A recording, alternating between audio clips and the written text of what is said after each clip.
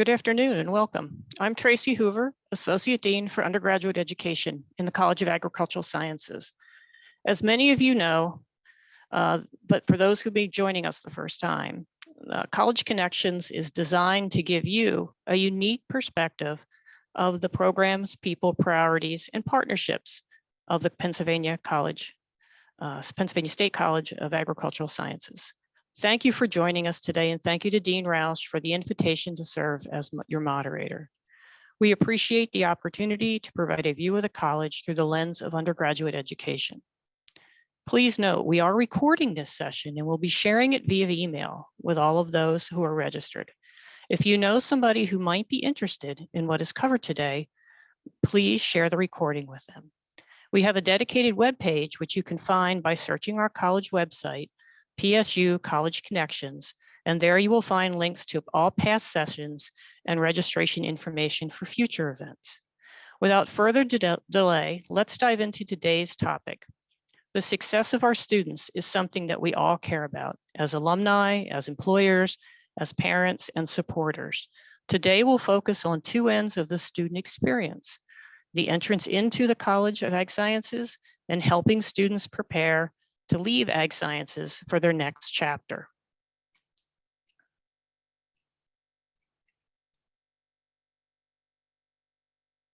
Before I turn it over to our panelists, I want to take just a moment to explain the organizational structure of undergraduate education to provide some context to the work that our team does on a daily basis to guide students through their time at Penn State.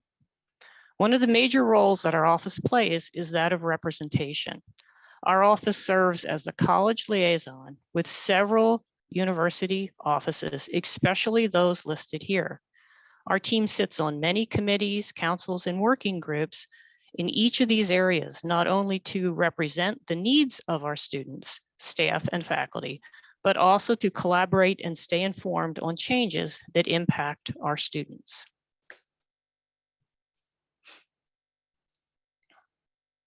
Additionally, as we look at a more internal view of the college itself, our office serves in a support capacity with our academic departments, Commonwealth campuses, and units that impact the undergraduate population. As I mentioned today, our conversation is focused on how we bring students into the college and how we help them transition out for future success. But it goes without saying that there is a tremendous amount of work that takes place in the middle, which involves collaboration with each of these areas in order to provide our students with the best experience. Here's a look at our program team in undergraduate education that leads each of these efforts. These folks work with their peers across campus to help students achieve success as they move along the continuum in their undergraduate career. In addition to the undergraduate program team listed on this slide, our office is supported by a dedicated and talented staff that help our office meet the needs of students as they begin, move throughout, and then as they complete their academic career. Today, we have two members of our program team who will speak to the bookends, if you will think about it, of that student experience. Mara Baker is our Director of Recruitment and Student Activities for the college. In her role, Mara coordinates all of our touch points with prospective students and their families and works closely with Penn State admissions on strategic efforts for our college. Also today, we have Lori Connelly as Director of Experiential Learning and Career Services. Lori oversees our student services related to professional development and career readiness. In addition, she manages our external relationship with recruiters and employers. And we will begin with Mara today. Awesome. Thank you, Tracy, and thank you to the college for allowing us to speak today here at the College Connections about student recruitment and the pipeline of how we get our students ready for ultimately successful careers after they graduate from Penn State as well. So diving into it, first I'd like to talk a little bit about the enrollment here in the College of Agricultural Sciences. We have a large variety of programs from certificates, associate, baccalaureate, and some graduate degree programs as well. You can see the numbers here listed on the screen. We currently have 115 students enrolled in our certificate programs, 182 in our associate degrees, and about 2,314 in our baccalaureate degree programs. I primarily work with our students that are interested in getting bachelor's degrees, so a lot of the information that I'm going to share with you today is ultimately going to focus on that. So a little bit about the breakdown of a college. So the information that you're going to see here is strictly just for our baccalaureate degree students. So here you can ultimately see we are a very predominantly female college here in Ag Sciences. So about 56% of our students identify as female, 43% identify as male, and the additional identify as either agender, non-binary, trans, man or trans female. And we are predominantly Pennsylvania residents, made up of Pennsylvania residents as well. So about 73% of our students come from Pennsylvania, with the additional mostly coming from out of state as opposed to international. Here, we're going to talk a little bit about some challenges that we've had recruiting today, but also some benefits that virtual recruitment has brought us. And really, we want to increase that out-of-state presence, and being able to have virtual recruitment tactics has certainly allowed us to do so. So we want to talk a little bit about our majors. What is the College of Ag Sciences made up of? How are our baccalaureate programs preparing students to be successful after they leave Penn State as well? So our majors, broken down in here by their departments, incorporate curriculum that includes traditional ag, where students get a lot of hands-on experience, whether that is in our animal facilities, our plant, turf, greenhouses, environmental aspects. There's many ways that they get that hands-on experience, which is something that we focus on very heavily here in the College of Ag Sciences. We also feature a lot of programs that focus on preserving our natural resources, finding ways to prevent and minimize the spread of infectious disease. Our pharmacology and toxicology program is one that's on the rise as well. So there's a lot of business, social, and kind of life sciences that make up all of the different programs that we have. But part of the where our team really comes in to be helpful to our students is helping them find their path. So our curriculum and the support that our office and our departments among the college provide is helping students find that path, even if it changes initially from when they get here as a eager first-year student. So on the chart now, this number represents the juniors and seniors that are enrolled in each of our majors. The last number that you're going to see here that says Ag PMAJ 825, that number represents our first and second year students in the college, so traditional freshmen and sophomores. The reason that is because those students do not declare their major until their junior year. So that's why they're going to be listed separately. When they apply for admission to Penn State, they have an intended major, but they're not officially in it, so they don't go into our count. So you're going to see that listed here. So in general, we can pretty much assume that the enrollment of each major would be double if those 825 students were to declare their major today. Our top four enrolling programs are animal science, veterinary and biomedical sciences, ag business management, and environmental resource management.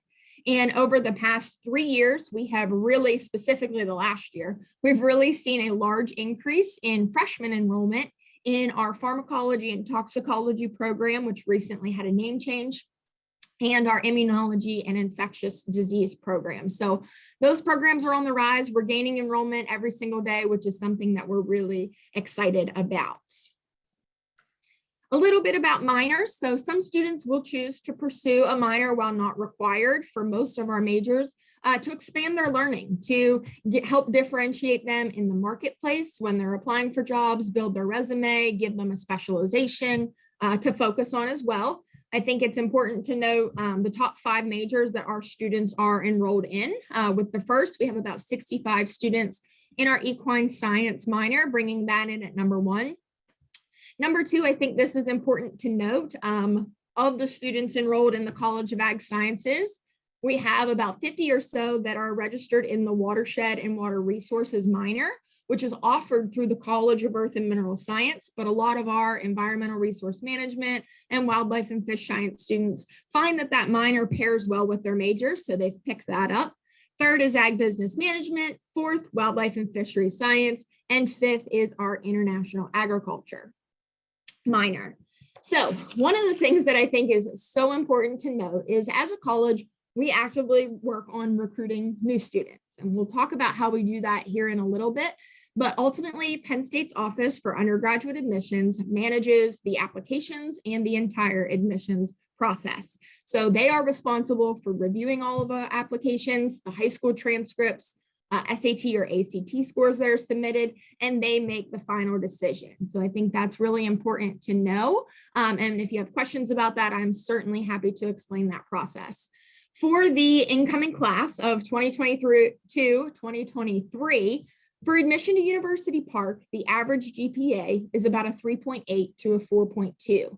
So it's extremely critical to know that admission to University Park is competitive. It's the most competitive campus out of all the Penn State locations, top tier education. So about 36 to 40% of our freshman class each year will actually start at a campus other than University Park for several reasons. One being the campuses are less competitive admissions wise to get into. And the other aspect is cost. Our Commonwealth campuses tuition is significantly cheaper than University Park. Some students may live close to a Commonwealth campus and choose to commute. So there's a lot of added benefits, smaller class sizes as well. But one thing to keep in mind is that any student majoring in a major within the College of Ag Sciences does have to finish at University Park. So they're either doing the 2+2 plan or all 4 years here at University Park. So here's a look at where we have stood over the past 5 years for 3 different indicators. The top line, the purple line, is how many students we've had apply to the College of Agricultural Sciences. And again, this is first year enrollment. So the middle line is how many of them were offered admission at Penn State, whether that's at University Park or a Commonwealth campus.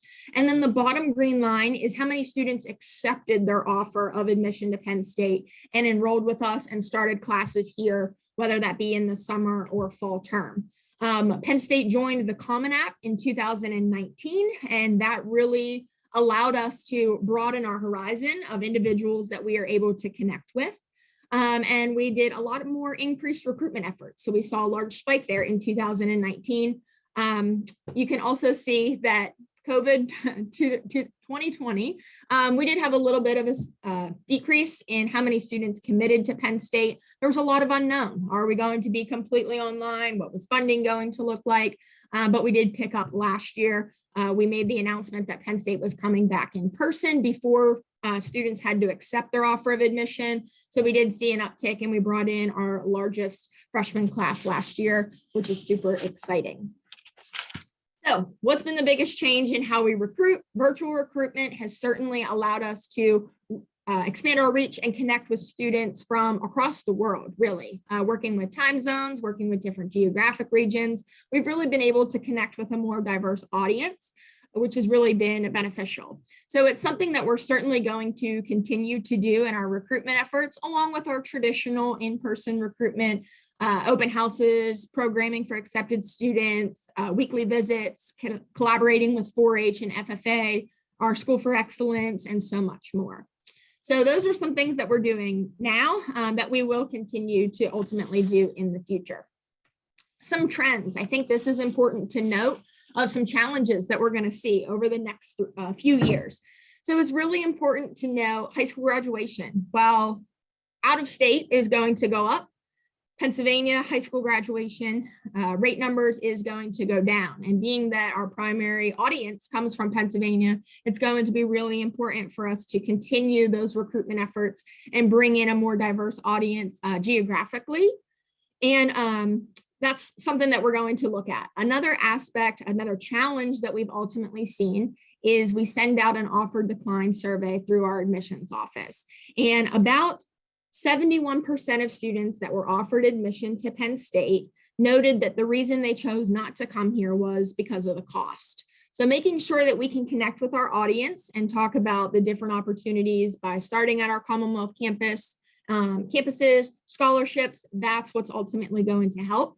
And about 68% of students that declined their offer of admission noted that lack of scholarship availability, particularly during their first year, because that's what they're thinking about at the time when they're offered admission, wasn't there. So that was a big reason that they declined.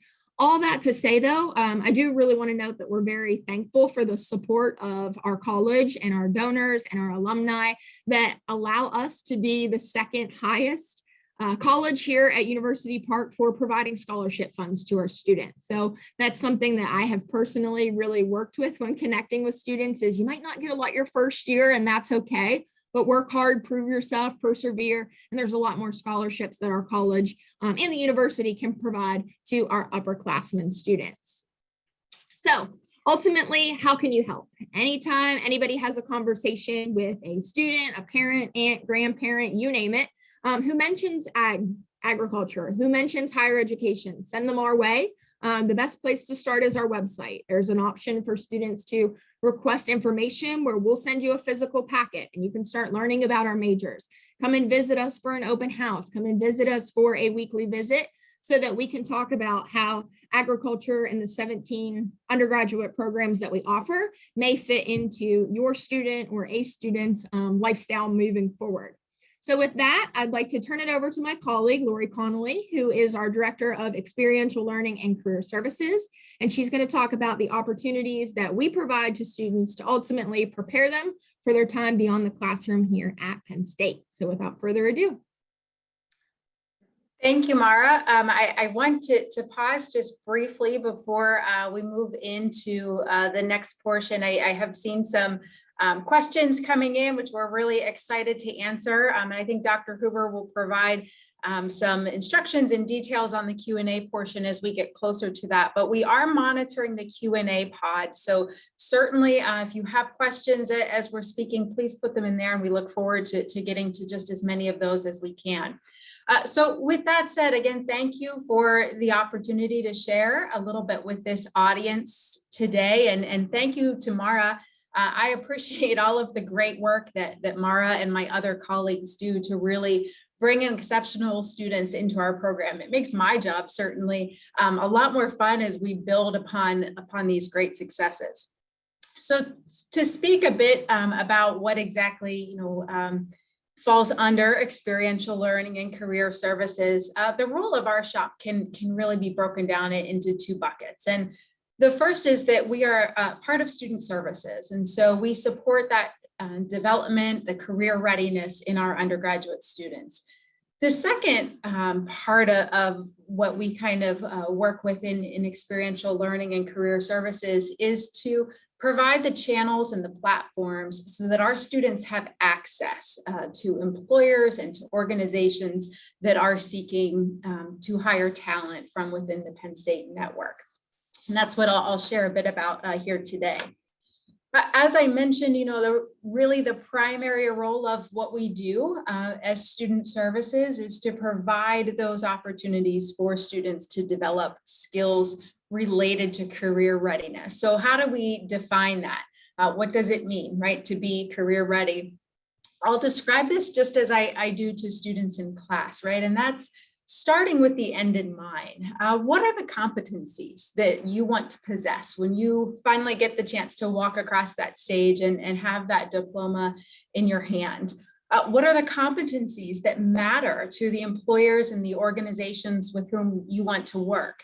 How will you be prepared on day one, right, to add value to an organization? How will you be prepared to market yourself, right, competitively for some of the career opportunities that you're seeking? What you'll see on the screen here on the slide are 8 core competencies that we really focus on as they are defined by NACE. NACE is the National Association of Colleges and Employers. They are really sort of the gold standard organization for all of us that work in career education.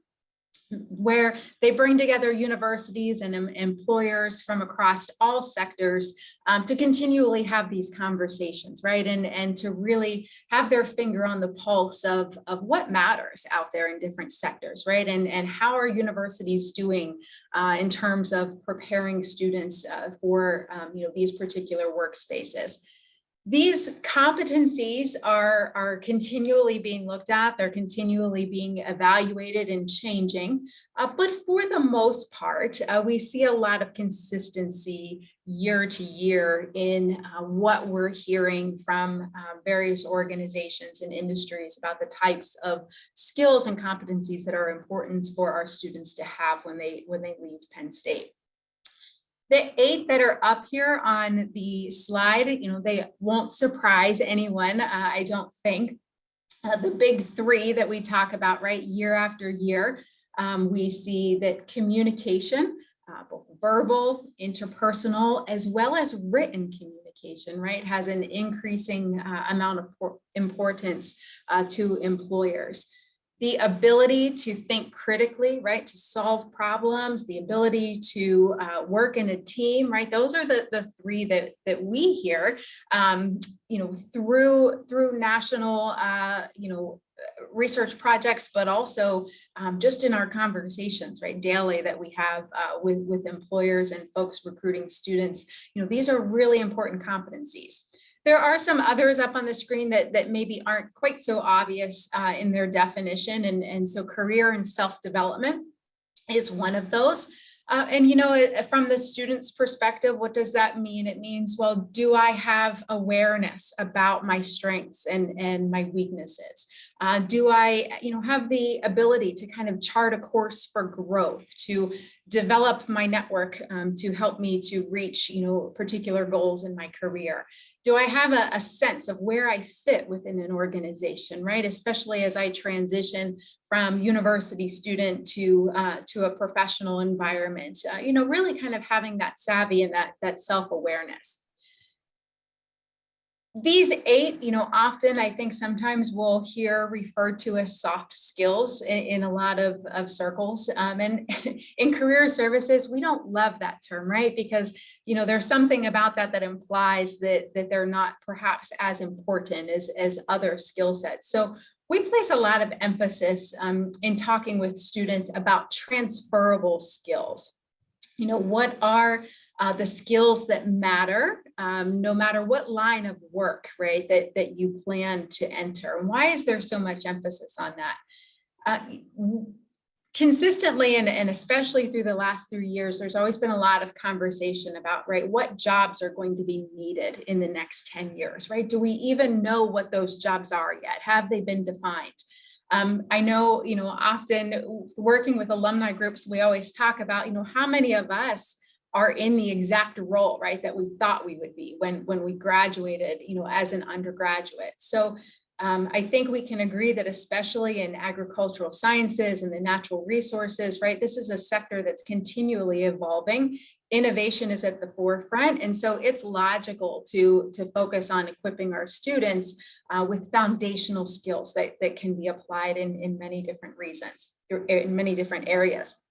So for that reason, I think it's important to note that this isn't a conversation we start having with students, when they are our juniors or seniors and preparing to enter that next chapter. These are conversations that we very intentionally introduce to first-year students through our first-year seminar and other capacities, because we want to encourage them, right, to really be proactive in thinking about, in addition to their academic credentials, right, what competencies are they seeking to develop during their time at Penn State? And just as they would plan out what is their academic plan for the next several years, we want them to be thinking about too, what is my experiential learning plan, and what are the skills that I need to develop? So how do we help our students develop these skills, right? How do we encourage this? What opportunities are there for students to opt in to this development?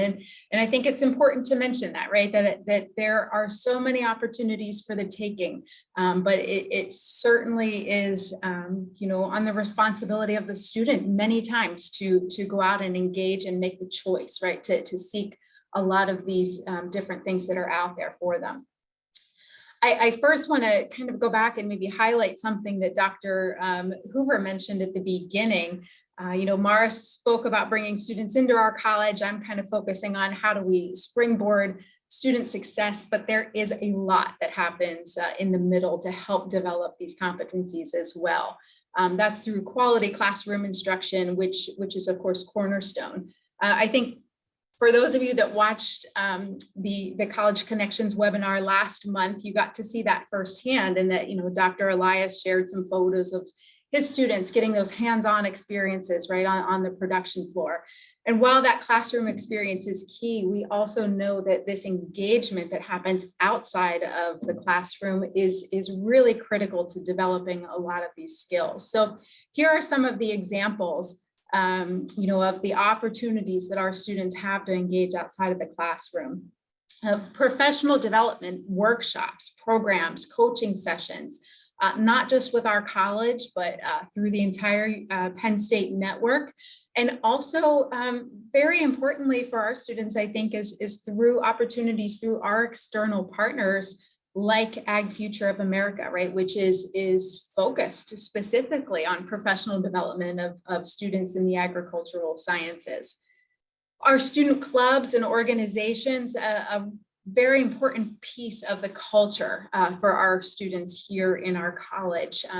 You know, for a smaller college in scale in terms of our undergraduates, we have very active clubs and organizations, more than 30 that they can become involved with. And these clubs are successful, right? These are top performers. I think, you know, recently in the news, we just saw that, you know, once again, our poultry science club took home high honors again at their national competition in Atlanta. So this is, you know, just one example of the really tremendous work that those clubs and organizations are doing.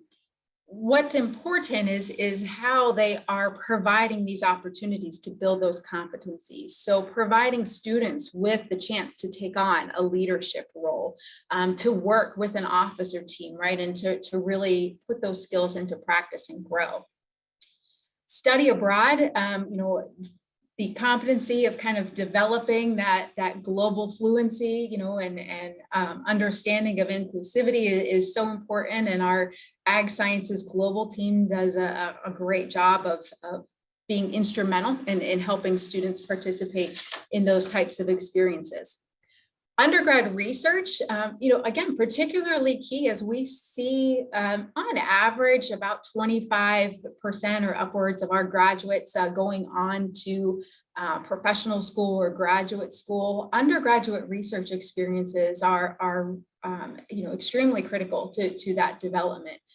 We're fortunate that combined with support from donors, strong mentorships from faculty in our college, we are able to distribute significant dollars each year to students so that they can choose to participate in these undergraduate research experiences and receive wage dollars and that help support them during their time here at Penn State. Internships, work experiences, gig opportunities. You know, a majority of our students complete at least one type of internship or professional work experience during their time here. We do certainly expect to see some growth in that, fueled by the increase of gig opportunities or short-term work projects in which students can participate, often remotely, so they can kind of do it you know, parallel with their classwork, you know, during this semester. If you have heard President Barron speak in the last few years, you likely heard him, you know, mention kind of this metaphorical Penn State sports car, right? And he often will share that when students come to Penn State, they are given the keys to this high-performing vehicle. If they only go to class, they're only driving that vehicle, right, 20 to 30 miles an hour, and it's not maximizing performance. And so we aim for students to, drive that car a little bit faster, so to speak, and see what it can do, and really put these opportunities into practice. I think personally, I think that student engagement is something that we can be really proud of here in agricultural sciences. By nature of our discipline and the work that happens out in our departments, our faculty and therefore our students are doers. And so they are, out getting a lot of these tremendous experiences, from the time they start at Penn State all the way through their senior year. Majority of our students walk away having participated in student clubs and organizations. A majority of our students have participated in an internship experience. A large percentage of our students take on some type of leadership role during their 4 years at Penn State.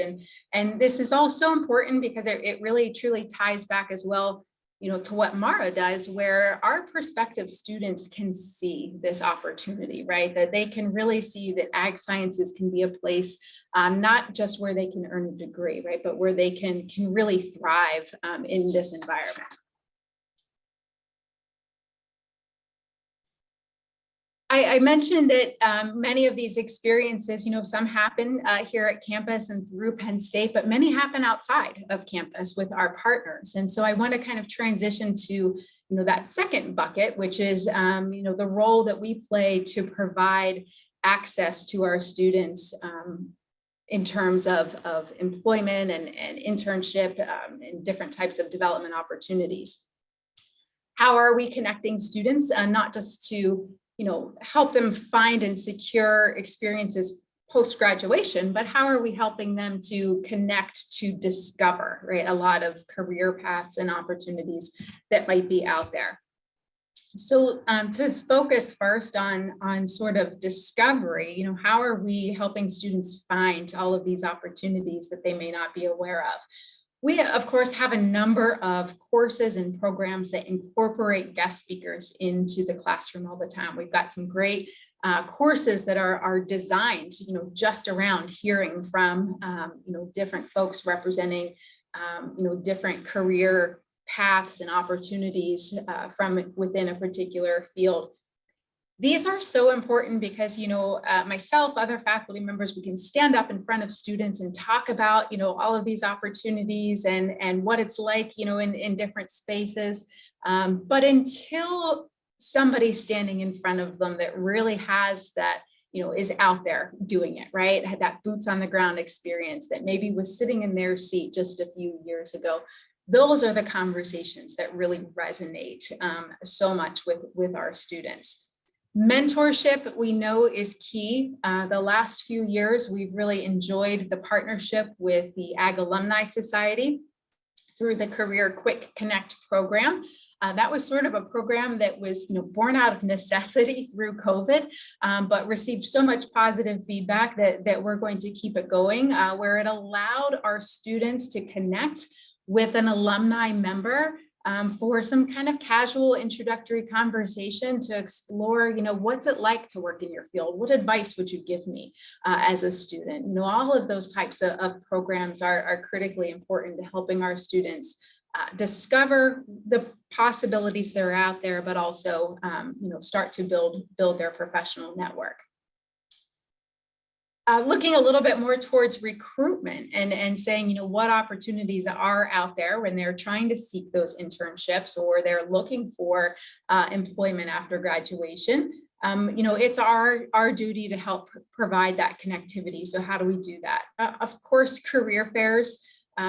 Many of you are familiar with our Ag Sciences career fair that happens in the fall. That's one example. We have career fairs that happen across the university all year long. So larger university-wide career fairs, smaller, kind of more boutique style department major focused career fairs that are focused on, social sciences or students that want to go into education or into government or nonprofit work.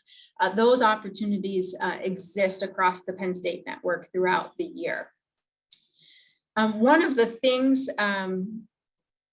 in addition to that, right, on-campus interviews, all of these types of things that exist both virtually and in person. I do want to make note of an effort that the university took on a few years ago, which was to create a strong university-wide recruiting portal. And that's called Nittany Lion Careers. And so what that is, it's essentially a one-stop shop for employers and students to connect. It serves a lot of purposes, but primarily it's a hub for job and internship postings. This was important to develop for a few reasons. One, because we have an obligation to make sure that any jobs or internships that we're aware of are shared equitably with all students. And especially as we look at the percentage of our student population that start out at the Commonwealth campuses, right? We want to make sure there was a system in place that allowed students out of the Commonwealth campus to view and see the same opportunities that a student here at University Park would.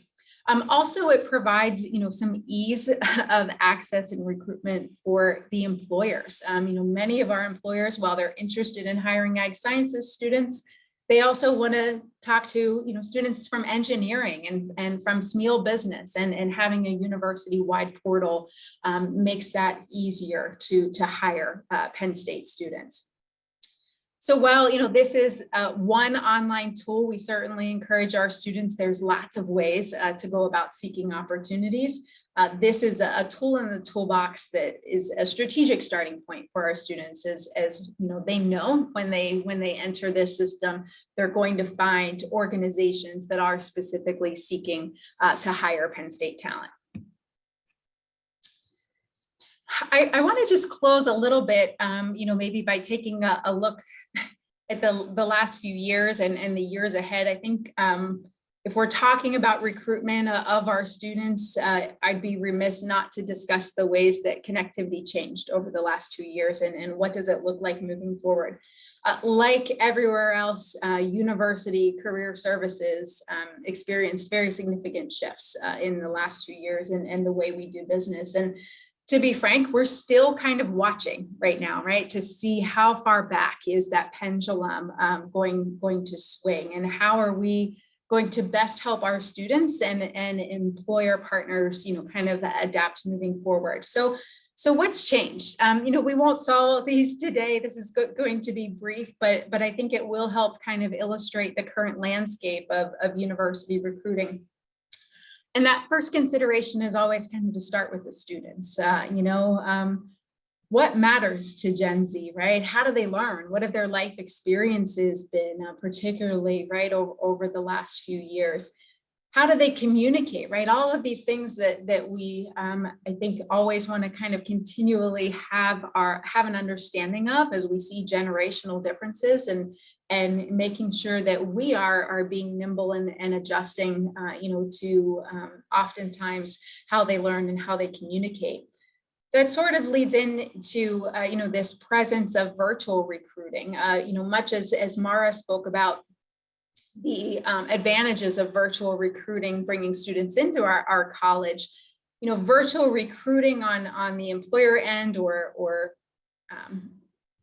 institutional end, right, whether it's graduate schools or veterinary schools, that was happening well before COVID, and of course grew leaps and bounds right during that time. And I think what's been interesting to see is that, for our customers, both our students and our organizations seeking to hire them, they found a lot of benefits in this space of virtual recruiting that maybe they hadn't, quite taken advantage of before. And while in-person recruitment, it will always have a place, we're looking now at kind of how does virtual recruiting complement those opportunities, which we know are important to help students develop all of those interpersonal skills.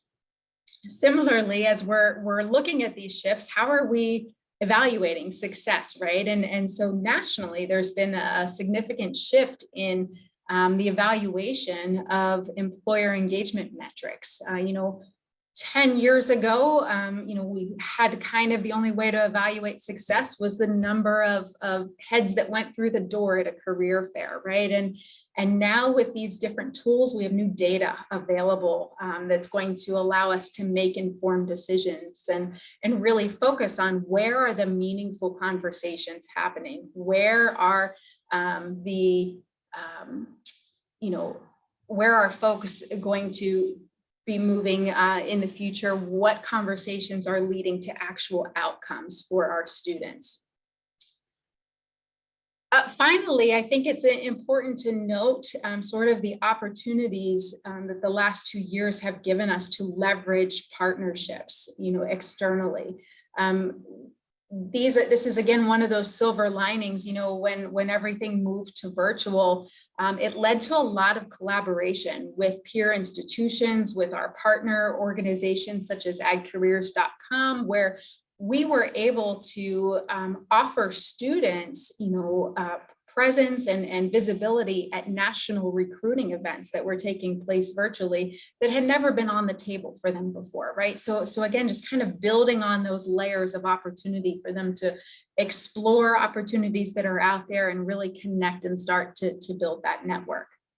So these are really, again, just a few of the trends that we've been watching. Generational characteristics, workforce needs, demands, adoption of technology, that's all going to continue to change, and we'll continue to aim to be nimble and ultimately maximize, right? What are those opportunities to bring students and organizations together? There's no doubt that we'll, continue to see some things change and evolve and see some challenges over the next few years.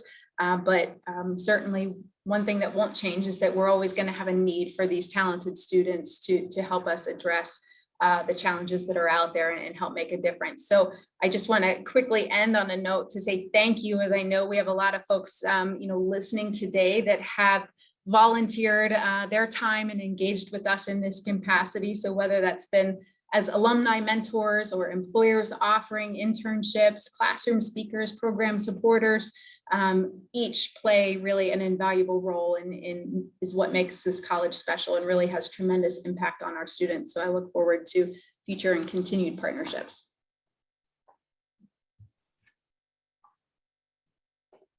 Okay, so thank you, Laura and Mara.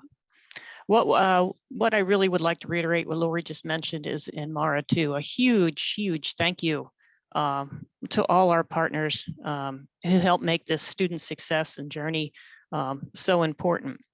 So before we move into question and answers that people have submitted, I'm going to pause and I'll allow everybody to take a little bit of time to make note of the contact information for our panelists today. I know that both Lori and Mara would be happy to speak with you so you could learn a little bit more, or they can address some questions you might have that we don't have time for today. So we do have some questions that were submitted in advance of today's webinar, and we received a number of wonderful questions. If you have a question and you haven't yet put it into the Q&A, please do so. I'm going to try and work through those after we finish with the ones that were submitted ahead of time. And then I'll call in on Laura and Mara to sort of answer the questions as they relate to their area. So Lori, one of the questions was, our organization is interested in having an intern next summer. How do we begin the process? Sure, thanks, Dr. Hoover. That's a great question. I think the first step, if an organization is thinking about, gosh, and sometimes that can be a little scary. Are we ready for an internship program? What does that mean? What's the commitment? I think a couple key points. One, begin early. I think sometimes what surprises a lot of our employer partners is that, and our students, is that, primary recruiting season happens fairly early on in the academic year. That September, October timeframe is when we start to see a lot of employers visiting campus, participating in career fairs, really, showcasing the opportunities that are available. That certainly doesn't mean that there are not opportunities that exist all throughout the academic year. But by being kind of ready and thinking about, exploring those conversations, early on, I think is a great start. The second step I would say is to perhaps spend a little bit of time on, our employer website. On our college website, we have an information for employers page. We do have a Penn State employer guide, some information on there on what our best practices around an internship. Obviously, of course, there's Department of Labor considerations, but also just, best practices about the best way to set up those experiences so that it is mutually successful for both the host and the student. And the third, I would say, is just connect with us. That's certainly part of, what we do is help, employers kind of think through some of that recruitment strategy and opportunities to connect with our students. So we're always happy to, kind of informally just discuss ideas, learn a little bit what your goals are, share some insights, that we might have of what's worked well and maybe what hasn't in the past, and help come up with a strategy for making sure we're getting those opportunities posted and in front of our students in plenty of time for them to consider it for usually a summer, but certainly can happen in some cases during the academic year as well. Okay, thank you, Lori. Next question, as parents and teachers of high school students, what advice can you give to students potentially interested in applying to Penn State? And what age should students begin to think about opportunities and positioning themselves for the future? And I'm going to turn this over to Mara. Yeah, thank you for the question, Dr. Hoover. So it's really important to know that the admissions process for most universities, and specifically Penn State, starts early. So for example, Penn State admissions is looking at students' final grades in 9th, 10th, and 11th grade. So by senior year, it's almost too late in a sense. So if you have a student or niece, nephew, what have you at home, and they're starting to talk about college, let them know it is so important to take high school serious and get good grades right away freshman year. That's what we're going to be looking at. It's also really important to expose them to different opportunities, visiting a college campus, talking to different representatives like myself and our admissions officers about the programs that are offered and letting them know what is available to them. So start early, start building that resume as well. So if your student is involved in extracurriculars in high school in the community, start writing that down. Start an Excel sheet, especially for our students that come here and they're, they say, hey, I want to go to school to be a veterinarian or graduate school. How do I start getting those animal handling hours? Write that information down. That's really important to track as well. So start early, be prepared, and keep records of what you're doing. And that's going to set you up for success when you're thinking about higher education. Thank you, Mara. And please take advantage of coming to visit us. So the next question is, how does Penn State prepare students that want to go on to graduate and or professional school, such as veterinary school? Lori, I'm going to turn that over to you. And there was a question, I think you might be able to somewhat answer that that was in the Q&A too, about the percentage of students. Yep. Sure, I can tackle that. So as I mentioned, kind of earlier on, we do have a significant portion of our students in our college that go on to graduate and professional schools. And so, when a student comes in, right, seeking some career coaching, obviously we want to learn a little bit more about that student ahead of time. I'll first mention it, if it's specifically veterinary school or research in a particular field, right? Our faculty in their academic departments are huge resources. Having, kind of walked through that path, having the connections at many of the institutions of knowing how to prepare them, right? And working through, groups like the pre-veterinary club, and and really finding those niche opportunities to develop them on specific skills. But we do take a different approach usually, right, when talking to those students, because there are going to be, they're going to have different priorities, right? Many of them are going to be looking for hands-on, right, animal hours, right, to be able to, try to gain entrance into veterinary school. So our approach, right, to searching for part-time job opportunities or research experiences, right, might be a little bit different. Of course, the undergrad research programs become a big part of that. We also will, and this is for all students, but I think a lot of times when students come in and they're weighing some of those decisions about, is this the path I want to take? Do I want to enter directly into workforce? Do I want to wait? We have a tremendous resource here at Penn State, the so-called Miller Family Financial Wellness Center. And that team does a fantastic job of kind of helping students think through a lot of life choices, either during their time here or as they're getting ready to graduate, from the financial aspect, right? And looking at, what are my financial goals? Where am I currently? What difference is this going to make if I, start a program now, or if I go out and work for a few years?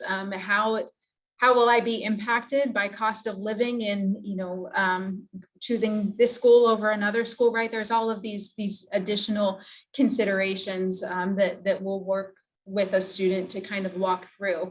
In addition, just sort of that general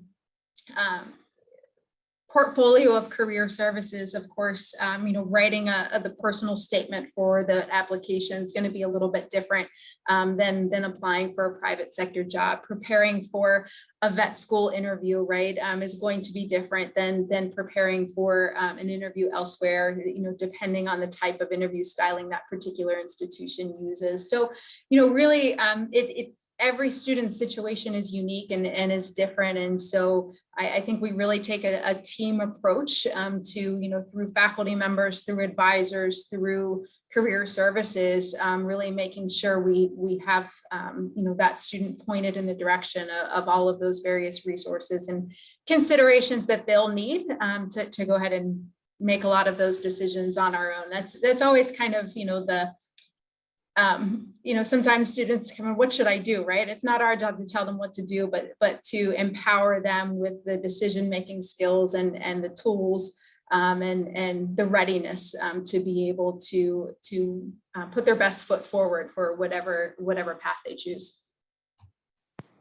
Thank you, Laurie. So this next question is for Mara, and it's a question that deals with a little more information on the Pennsylvania School for Excellence in the Agricultural Sciences, formerly the Governor's School for Ag Sciences. And how many students apply each year? How many are accepted? What qualifications do they have?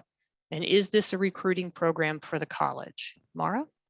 Yeah, thank you for the question. So one item that I would like to note is the Pennsylvania School for Excellence in Ag Sciences, formerly known as the Governor's School, has graciously served over 1,700 different participants in the years that it has been established. For those of you that don't know, it is typically a 4-week residential program for high school juniors that live in the state of Pennsylvania. We get about 30 to 35 students that get accepted into the program every single year. An applicant pool of about 40 to 45 students will typically apply. The application does include some personal data, a resume, narrative, food security factor essay, a video review, a teacher form, a counselor form, and ultimately their transcript as well. So a pretty holistic review of students that we're looking to accept into that program. Similar to the Pennsylvania School for Excellence and the Pennsylvania Junior Science Academy, both of those programs allow us to ultimately connect with a very targeted group of top quality students and expose them to ag sciences and ultimately the degrees that we have here in the college.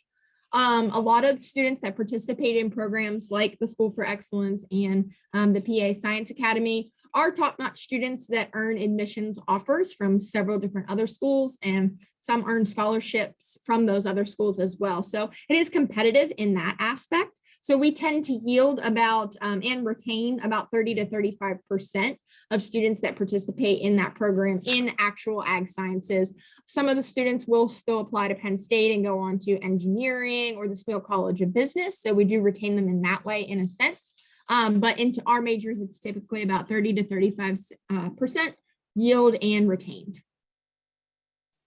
Thank you, Mara. And our Pennsylvania School for Excellence is coordinated by Jenith Leo.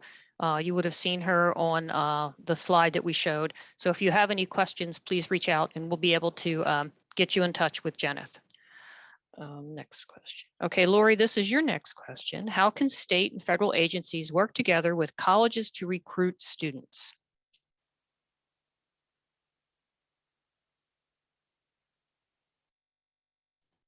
Sure. Thank you for the question. I'll first start maybe by saying, thank you. We appreciate the strong partnership that does certainly exist between our federal and our state partners, both through presence at career fairs and participation in classrooms.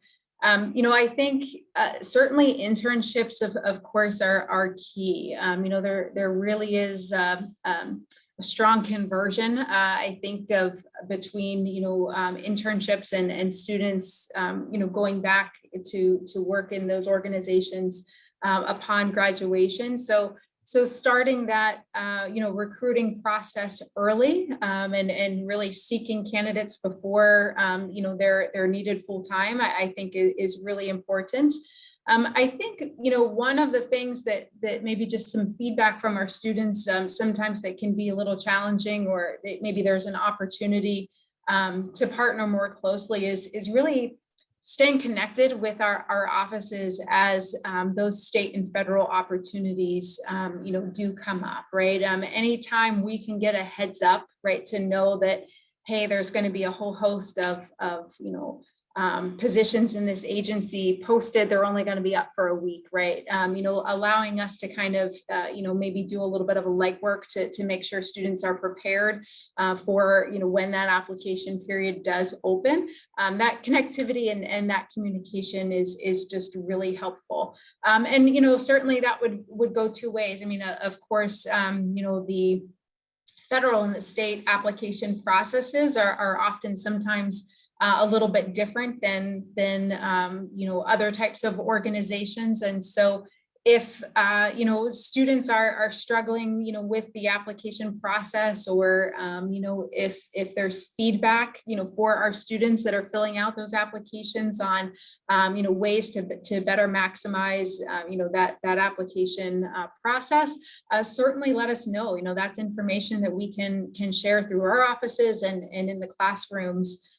Certainly. So I think, again, the key is really just kind of communication and connectivity. We enjoy great partnerships with those organizations. And a lot of times, I think sometimes, our students might miss out just due to timing. And so staying connected and kind of, communicating and being on top and sharing feedback with one another, I think it can go a long way. Thank you, Lori. Thank you, Lori. And then the next question is for Mara. In my area, we're lucky to have strong ag and environmental science programs to introduce students to potential career paths early. Can you address how common this is on a statewide level? And I'll turn this over to Mara.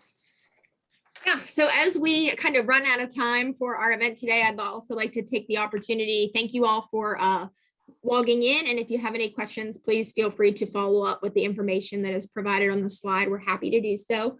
So just to go over that question a little bit, there are currently, as of 2020, 165 Pennsylvania Department of Education approved ag ed programs in the state of Pennsylvania, hosted by 125 high schools and career and tech centers. So we are pretty well represented in that aspect. But one of the biggest challenges is most of the time, students that are taking those agricultural education classes in high school are familiar with agriculture and have maybe visited Penn State for an FFA or 4-H event. So it's up to us. How do we kind of get outside of that shell and get into some environmental science classes, some chemistry classes, to let those students know that ag sciences is more, we always joke in this college about, cows, plows, and sows, but, if you have a really strong interest in chemistry, maybe immunology and infectious disease or food science is based for you based off of your other interests that you may have. So that's something that's really important, is